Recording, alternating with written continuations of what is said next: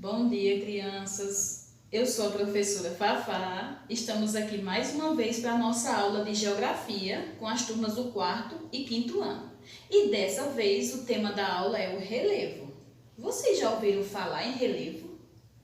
Acredito que sim, não é, crianças? Então, como vocês já devem ter percebido que a superfície terrestre ela não é plana e nem uniforme, ela apresenta formas variadas que são chamadas relevo. A formação do relevo resulta dos processos que ocorrem tanto no interior quanto na superfície da Terra.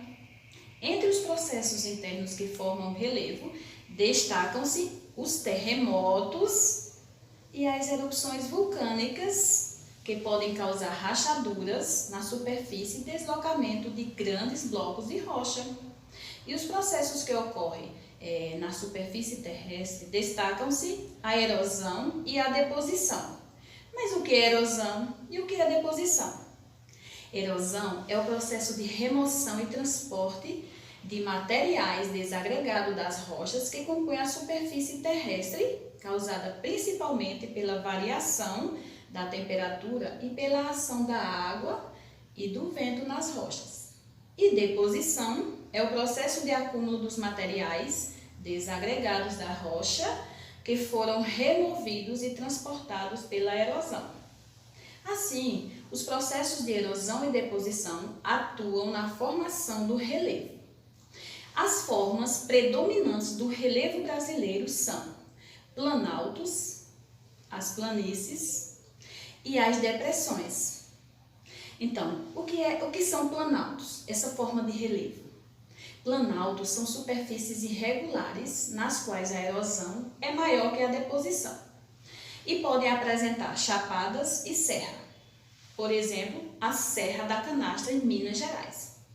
As planícies são superfícies planas nas quais a deposição de materiais é maior que a erosão. Por exemplo, a planície amazônica, que estende-se principalmente ao longo do rio Amazonas. E as depressões são áreas mais baixas em relação às áreas vizinhas ou em relação ao nível do mar. Por exemplo, a depressão do Rio São Francisco é um exemplo dessa forma de relevo.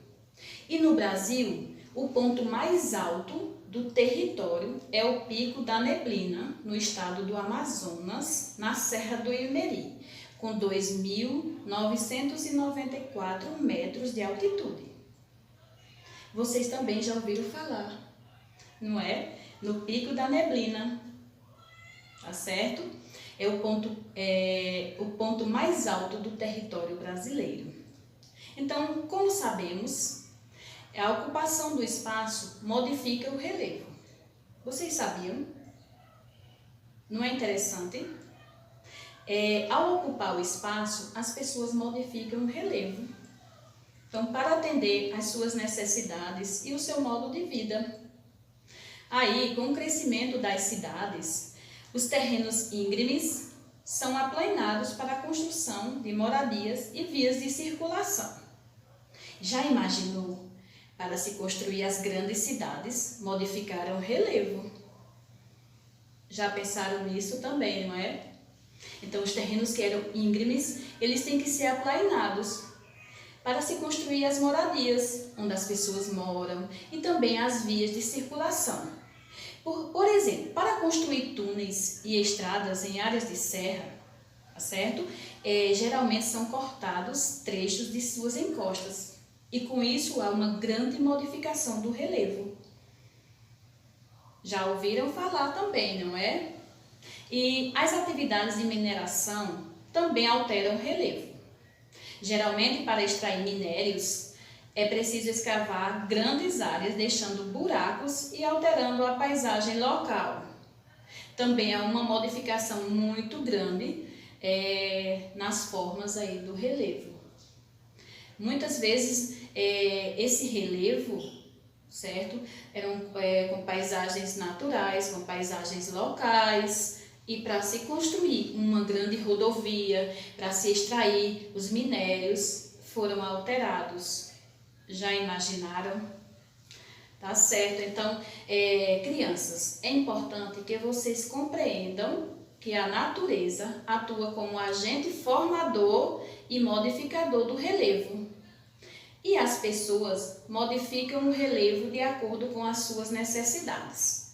Como vocês acabaram de ouvir, para se construir as cidades, para se construir túneis, certo? Para extrair os minérios. Tudo isso, as pessoas alteram a forma do relevo local. Então, a nossa aula de hoje sobre o relevo, espero que vocês tenham entendido, certo? Sobre o relevo brasileiro, as principais formas, não é? E gostaria que vocês tivessem aí com o seu livro didático e pudessem fazer ilustrações de acordo com a aula de hoje, as principais formas de relevo brasileiro. Tá certo? Até a próxima aula. Eu estou morrendo de saudade, mas eu continuo aqui da minha casa e você da sua. Tá certo? Até a próxima aula.